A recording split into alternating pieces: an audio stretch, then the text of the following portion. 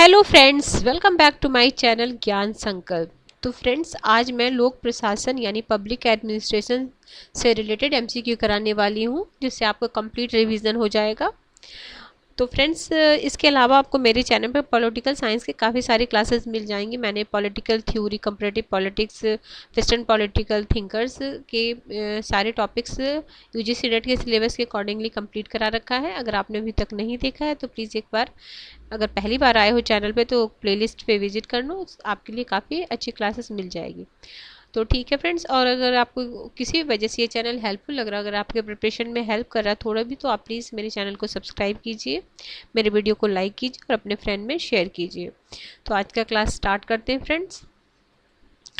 पहला क्वेश्चन है लोक प्रशासन का। प्रशासन का बुनियादी और आवश्यक तत्व कौन सा है? ऑप्शन ए है बजट, ऑप्शन बी है प्रशासनिक कानून, ऑप्शन सी है संगठन, ऑप्शन डी है अनुशासन। तो लोक प्रशासन का सबसे बुनियादी जो तत्व है वो संगठन होता है। लोक प्रशासन की प्रक्रिया का अध्ययन, संगठन बनाना प्रशासन की बुनियादी आवश्यक तत्व है। बजट, प्रशासनिक कानून और अनुशासन भी किसी भी संगठन को सुचारू चलाने के लिए सहयोगी कारक है। जो बाकी तीनों ये सहयोगी कारक है, बट जो आवश्यक तत्व है इसका प्रशासन का वो संगठन है। अगला क्वेश्चन है, स्टीफन पी रॉबिन्सन के अनुसार संप्रेषण के 3 प्रकार के अवरोधों में शामिल नहीं है। 3 प्रकार के उन्होंने अवरोध बताया था संप्रेषण में, और एक नहीं है। तो पहला ऑप्शन है शारीरिक, ऑप्शन बी है व्यक्तिगत, ऑप्शन सी है तकनीकी, ऑप्शन डी है भाषा संबंधित। तो उन्होंने सी तकनीकी को नहीं बताया, बाकी 3 को बताया, शारीरिक, व्यक्तिगत और भाषाई। तो स्टीफन पी रॉबिन्सन ने संप्रेषण के प्रकार की चर्चा की है, उसमें सम्मिलित है शारीरिक, व्यक्तिगत और भाषा संबंध। तकनीकी संप्रेषण के अवरोध को सम्मिलित नहीं किया है। नेक्स्ट क्वेश्चन है, स्वतंत्र नियामक आयोग अद्वितीय नवाचार है। जो स्वतंत्र नियामक आयोग है अद्वितीय नवाचार है, ये किस शासन प्रणाली का? यूएस प्रशासनिक प्रणाली का, यूके प्रशासनिक प्रणाली का, भारतीय प्रशासनिक प्रणाली का या स्विस प्रशासनिक प्रणाली का? तो ऑप्शन ए है यूएस प्रशासनिक प्रणाली का। अगला है, चयन की प्रक्रिया में पहला आवश्यक कदम क्या है? नीति निर्माण करना, कार्य निर्देशन, कोष नियंत्रण या भर्ती? तो ऑप्शन डी भर्ती। ठीक है, भर्ती, ऑप्शन डी भर्ती। अगला क्वेश्चन है क्वेश्चन नंबर 5, निम्नलिखित में कौन सी पद्धति नई भर्ती के सिविल सेवकों की दोष और कमियों को दूर करता है? पहला है स्थानांतरण, पदोन्नति, प्रशिक्षण और प्रेरणा। तो ऑप्शन सी प्रशिक्षण है, जो भर्ती सिविल सेवकों की दोष और कमियों को दूर करता है। अगला क्वेश्चन है, निम्नलिखित में कौन सा पदोन्नति का सबसे पुराना सिद्धांत माना जाता है? वरिष्ठता का सिद्धांत, योग्यता का सिद्धांत, श्रेणी निर्धारण का सिद्धांत या अनुशासन का सिद्धांत? तो वरिष्ठता का सिद्धांत जो है वो पुराने सिद्धांत, पदोन्नति का पुराना सिद्धांत है। ठीक है, अगला क्वेश्चन है, ये कोटेशन है, किसने कहा लोक प्रशासन में वे सभी कार्य आ जाते हैं जिनका उद्देश्य लोक नीति को पूरा करना अथवा क्रियान्वित करना है? ऐसी बात बोले थे एल.डी. वाइट।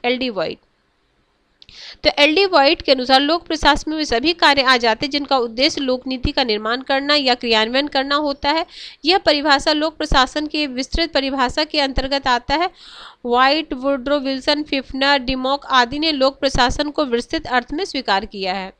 क्वेश्चन नंबर 8, किसी अंतर्राष्ट्रीय व्यवस्था की संरचना को 3 तत्व संगठनात्मक सिद्धांत, इकाई का विभिन्नीकरण एवं क्षमता का वितरण में बांटा गया है। मैं एक बार फिर से क्वेश्चन पढ़ रही हूँ, देखो, किसने अंतर्राष्ट्रीय व्यवस्था की संरचना को 3 तत्वों संगठनात्मक सिद्धांत, इकाई का विभिन्नीकरण एवं क्षमता का वितरण में बांटा है?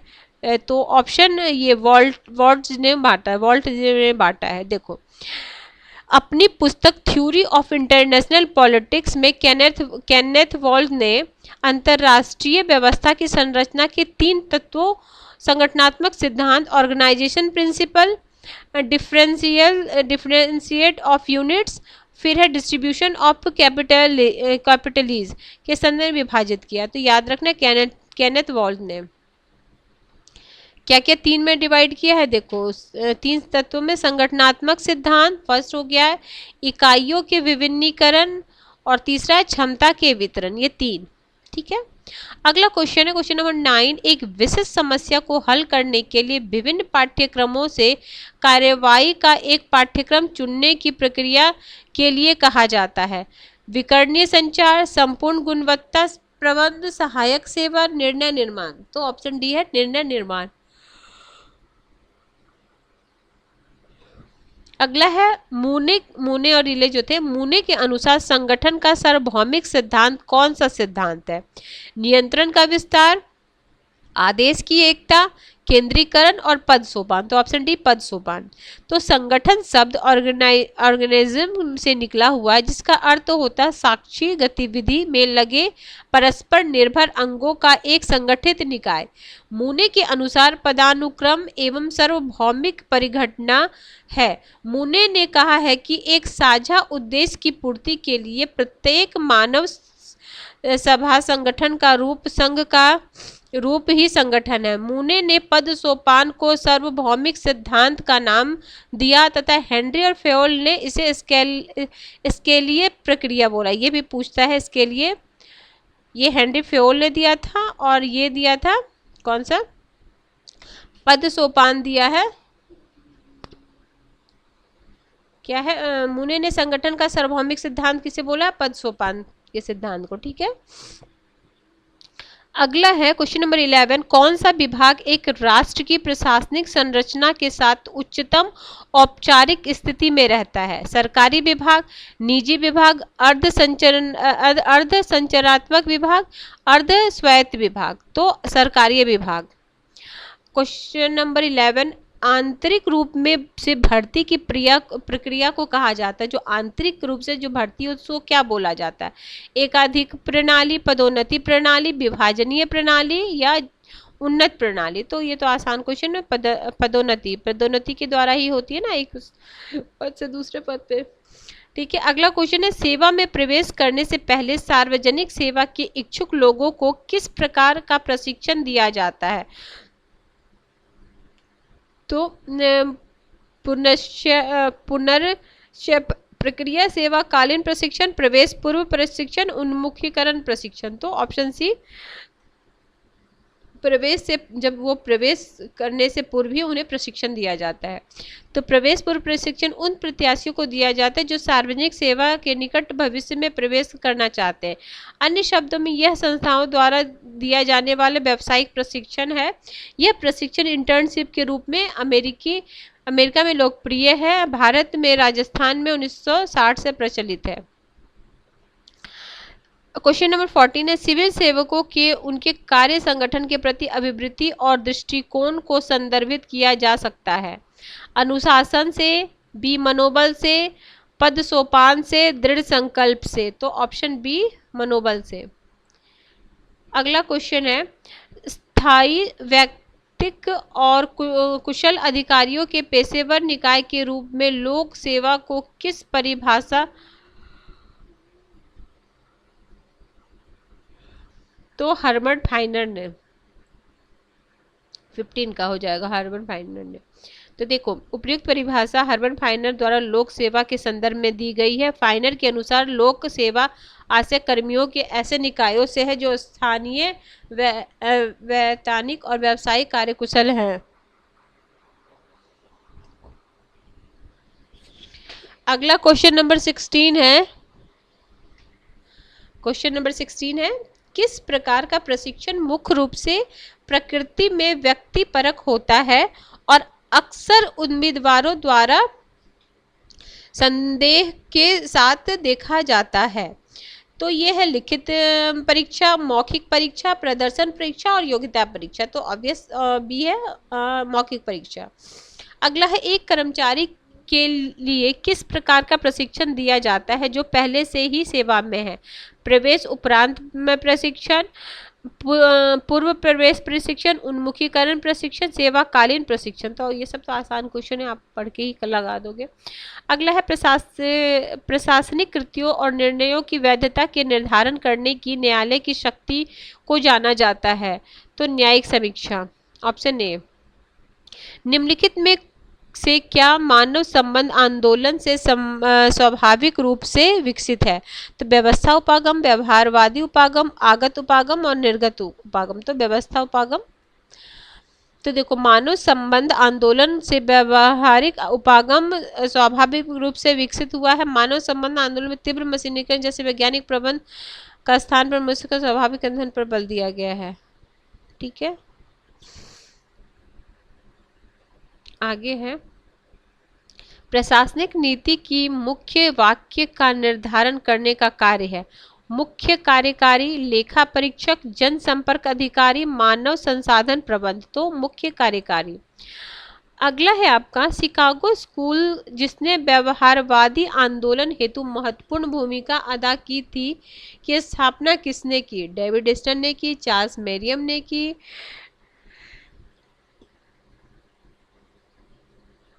हेराल्ड लॉसवेल ने की, उपर्युक्त में से कोई नहीं। तो ऑप्शन बी, चार्ल्स मेरियम ने की थी। तो देखो, व्यवहारवादी, इनको क्या बोलते हैं? चार्ल्स मेरियम को व्यवहारवाद का बौद्धिक जन्मदाता। ठीक है, इनकी बुक भी बहुत बार पूछा, न्यू एस्पेक्ट ऑफ पॉलिटिक्स। ठीक है, व्यवहारवादी आंदोलन की महत्वपूर्ण भूमिका निभाने में शिकागो विद्यालय सभ्य चार्ल्स मेरियम ने की थी। 1925 में उनके द्वारा लिखी गई पुस्तक the new aspect of politics, इसमें राजनीतिक विज्ञान का अंतर अनुशासनात्मक और अंतर सामाजिक अध्ययन पर बल दिया। कौन सी प्रणाली कर्मचारियों की नौकरियों में दिलचस्पी रखती है और उनके लिए प्रभावी प्रोत्साहन के रूप में काम करती है? तो पदोन्नति, पदावनति, प्रशिक्षण, स्थानांतरण। तो पदोन्नति, ऑप्शन ए। अगला है, किसने निर्णय निर्माण को ब्रेन स्टॉर्मिंग विद्या का विकास कहा है? किसने कहा निर्णय निर्माण को? तो ये बोले थे एलेक्सी एंड ऑसबॉर्न। ये बहुत इंपॉर्टेंट क्वेश्चन है, इसको आप नोट डाउन कर लीजिए। ये किसने निर्णय निर्माण को ब्रेन स्टॉर्मिंग विद्या कहा है? तो एलेक्स एस ऑसबॉर्न ने कहा था। निर्णय निर्माण की ब्रेन स्टॉर्मिंग तकनीक विकास एलेक्स ऑसबॉर्न ने किया था। इस तकनीक का उद्देश्य संरचनात्मक रूप से निर्णय निर्माण के क्षेत्र में नए विचार का प्रवेश है। अगला क्वेश्चन नंबर 24 है, लोक निगम का उत्तरदायित्व है क्या है? नौकरशाही के प्रति, प्रधानमंत्री के प्रति, राष्ट्रपति के प्रति और संसद के प्रति। तो लोक निगम संसद के प्रति। क्वेश्चन नंबर अगला क्वेश्चन है, भारत में प्रशासनिक सुधारों के क्रियान्वयन के लिए कितने चरणों की आवश्यकता होती है? तो इसमें होती है 3 चरणों की। देखो, भारत में प्रशासनिक सुधार के क्रियान्वयन 3 चरणों या 3 स्तरों पर किया जाता है, केंद्र स्तर, राज्य स्तर और स्थानीय, जिसमें पंचायत आ जाता है। ठीक है, सॉरी। आगे, निम्नलिखित में कौन सा लोक प्रशासन का जनक कहा जाता है? तो वुड्रो विल्सन को कहा जाता है। 1887 में पॉलिटिकल साइंस क्वार्टरली में प्रकाशित अपने एक लेख द स्टडी ऑफ एडमिनिस्ट्रेशन, ये भी पूछता किसकी है, के माध्यम से उन्होंने लोक प्रशासन के विज्ञान के अध्ययन की आवश्यक प्रतिपादन किया और एक पृथक विषय के रूप में इसका सूत्रपात किया। अगला है 27, नियुक्ति अधिकारी स्वयं किस विधि के अंतर्गत अभ्यर्थियों की योग्यता निर्धारित करता है? नियुक्ति और विमुक्त प्रणाली, परीक्षा प्रणाली और पूर्व अनुभव के अभिलेख, योग्यता का प्रमाण पत्र। तो ऑप्शन ए।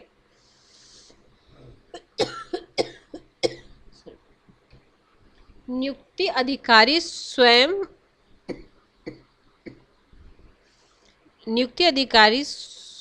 अभ्यर्थी की योग्यता निर्धारित करता है। नियुक्ति की विमुक्ति प्रणाली, the hire and the fire system. ठीक है, अगला है, नौकरशाही शब्द फ्रांसीसी शब्द ब्यूरो से लिया गया जिसका अर्थ है मेज, लिखने की मेज। ठीक है, ए। 29 है, प्रबंध की कौन सी प्रणाली पर्यावरण के साथ कोई अंतर संबंध नहीं है?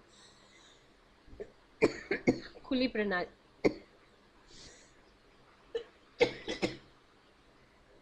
अगला है, वाटसन ने 7S संगठनात्मक ढांचे के माध्यम से प्रबंध एवं नेतृत्व के मध्य अंतर की व्याख्या की है, जिसमें निम्न में से क्या शामिल नहीं है? रणनीति, संरचना, समर्थन और व्यवस्था। तो समर्थन शामिल नहीं है। और ये S7 है क्या क्या, ये आप देख लीजिए, वाटसन का S7 क्या क्या है। तो देखो, पहला है समर्थन यानी सपोर्ट, मतलब सपोर्ट शामिल नहीं है। ठीक है, ये तो आंसर ही हो गया। जबकि रणनीति, स्ट्रेटजी, स्ट्रक्चर, संरचना, स्टाइल, तरीका, स्टाफ, स्किल सुपर ऑर्डिनेट पर्यवेक्षक शामिल है। तो क्या हो गया देखो, एक नहीं, जबकि रणनीति देखो, एक हो गया, दो हो गया, तीन हो गया, चार हो गया, पांच हो गया, छ, S7 है ना, तो 7 नहीं दिया उसमें, क्या इसमें समर्थन तो शामिल नहीं है। तो क्या क्या शामिल है, स्ट्रेटजी है, रणनीति 1, 2, 3, 4, 5, 6, एक और होगा ना, S7 में। ठीक है, अगला क्वेश्चन, निम्न में से किसने संगठन के सिद्धांत को मिथक और लोकोक्ति कहा। ये मैंने पिछले क्लास में लोक प्रशासन का मैंने वो राजेश मिश्रा की बुक से स्टार्ट भी कराई है आपकी रिवीजन के लिए। तो उसमें मैंने ये कराया था आपको, ये साइमन बोले थे, हर्बर्ट साइमन ने इसे क्या माना है, मुहावरा और प्रोवर्स बोला। इनकी जो कृति है द प्रोवर्स ऑफ एडमिनिस्ट्रेशन। अगला है 32, निम्नलिखित में किसने संगठन के सिद्धांत को मिथ और लोक, सेम ही क्वेश्चन है, हर्बर्ट साइमन। अगला है, निम्नलिखित में कौन सी क्षमता निर्माण की पद्धति नहीं है। क्षमता निर्माण की पद्धति कौन है, लोचशीलता। अगला है, निम्नलिखित में कौन सा सुशासन का संकेत नहीं है। कानून का शासन, भ्रष्टाचार की समाप्ति, प्रभावी एवं अनुक्रियाशील प्रशासन, नौकरशाही प्रशासन। तो ऑप्शन नंबर डी। निम्नलिखित में नागरिक समाज की एक महत्वपूर्ण विशेषता क्या है। बाध्यकारिता, समीप्य, स्वेच्छा और दया। तो स्वेच्छा, ऑप्शन नंबर सी। प्रतिबद्ध नौकरशाही प्रतिबद्ध होती है, किसके प्रति प्रतिबद्ध होती है, राज्य के प्रमुख के प्रति, संविधान से, निश्चित विचारधारा से, तो प्रति सभी से। Option number D. अगला है, निम्नलिखित कथनों पर विचार कीजिए। उदारवादी वर्गीय अधीनता के यंत्र के रूप में नौकरशाही की आलोचना करता है। सेकंड है, नव दक्षिणपंथी नौकरशाही के स्वार्थी और अयोग्य रूप में व्याख्या करता है। मार्क्सवादी खुलेपन और दायित्व की कमी के लिए नौकरशाही की भर्त्सना करता है। तो इसका आंसर हो जाएगा पहला और तीसरा, ऑप्शन सी, ये और ये, सेकंड नहीं होगा।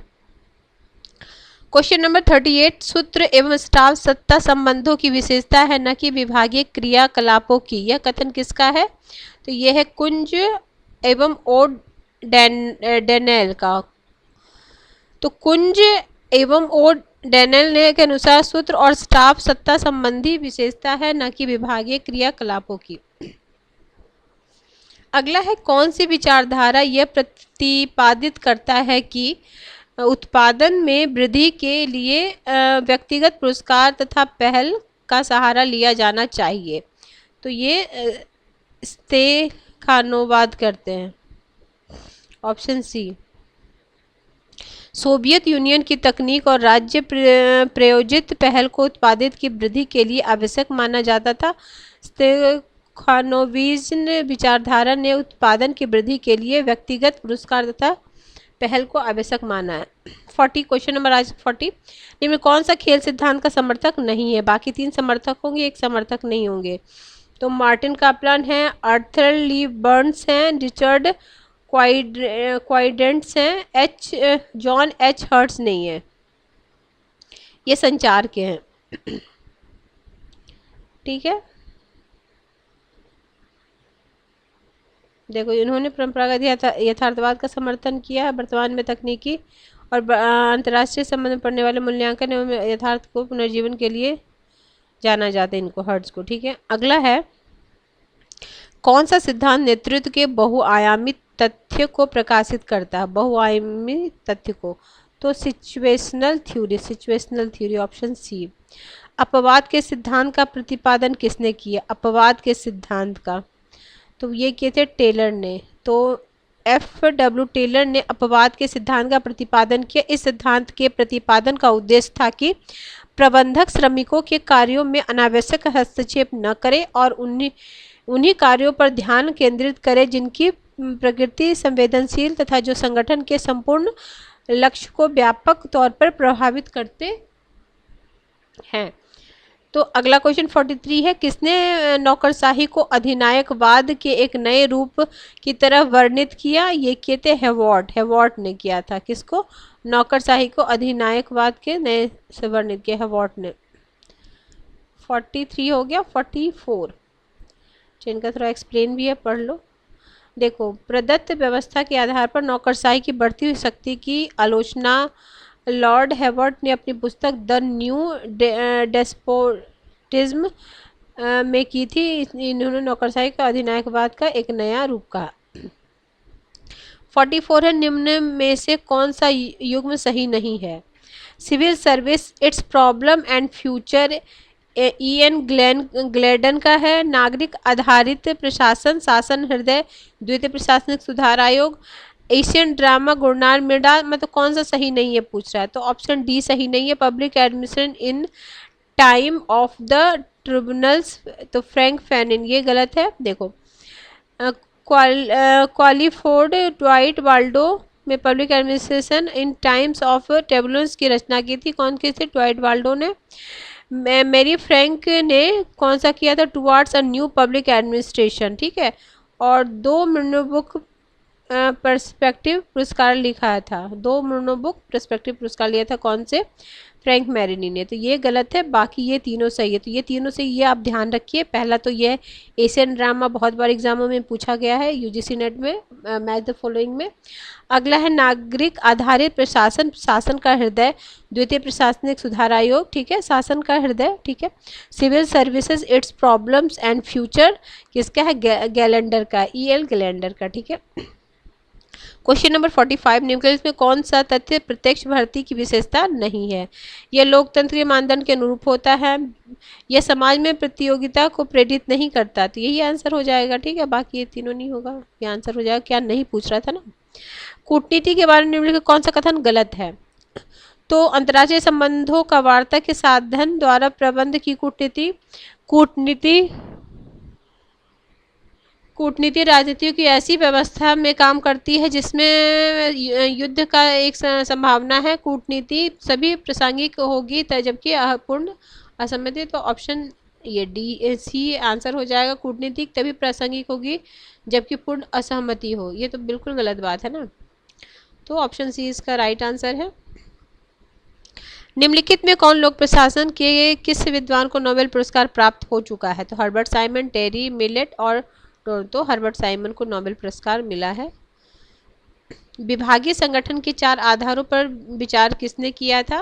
तो ये लूथर गुलिग ने किया था। ये P4 दिए थे ना, पर्पस, प्रोसेस, पर्सन और place. Purpose, process, person, place. किसने कहा नौकरशाही मंत्रिमंडलीय उत्तरदायित्व के लवादे में फलती फूलती है? ये बोले थे रैमजो म्यूर। प्रदत्त विधायिनी की व्यवस्था से निम्नलिखित में से किस शक्तियों ने वृद्धि किया है?